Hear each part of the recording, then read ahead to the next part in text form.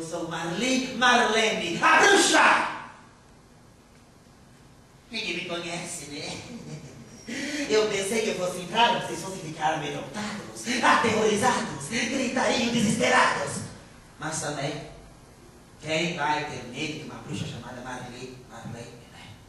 Ainda mais grávida, né? Essa gravidez foi um descuido meu, confesso.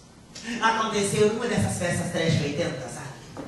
É verdade. Sabe essas festas trash 80? Que o pessoal que já passou dos 30 fica escutando hilário e eu pulando como se fosse criança. É verdade, é verdade. Na época dessa festa, eu estava na turma da Mônica. Eu sei que na turma da Mônica não tem bruxa.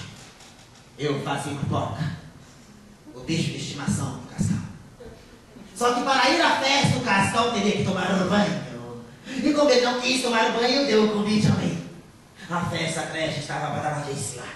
Estavam lá vários ídolos da década de 80.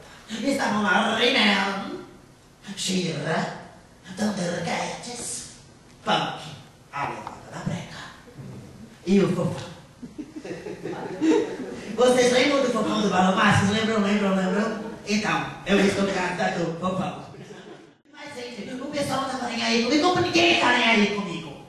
Porque ninguém me conhece. Você me conhece? Nossa, me conhece, eu sei. Você não me conhece, né? Você me conhece? Ah, me conhece. Conhece porra nenhuma. Vocês conhecem aquela bruxa, a Alvinha da Branca de Neve? Vocês conhecem aquele povo roxo horroroso da Pequena Sereia? Aquela bruxa verde do Macho de Oz? Agora ninguém me conhece. Por que ninguém me conhece? Alguém já viu uma bruxa preta no fundo de casa? Alguém já ouviu falar e conta para negros os contos de fada? Depois fala que o negro se exclui porra nenhuma. Eu tô revoltada, eu fico revoltada desse pessoal. O pessoal quer fazer bruxa no cinema brasileiro? Chama a Suzana Vieira. Chama a Maria Braga, a Marina Severo. O que resta pra mim? Receita. A Wicca do terror.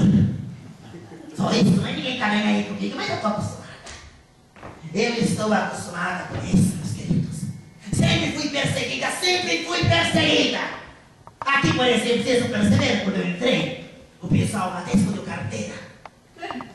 Teve gente que escondeu até a caneta do bolso, escondeu o relógio, o celular. Só quero deixar bem claro que eu sou uma bruxa, não uma ladra. Não tô acostumada, tudo bem.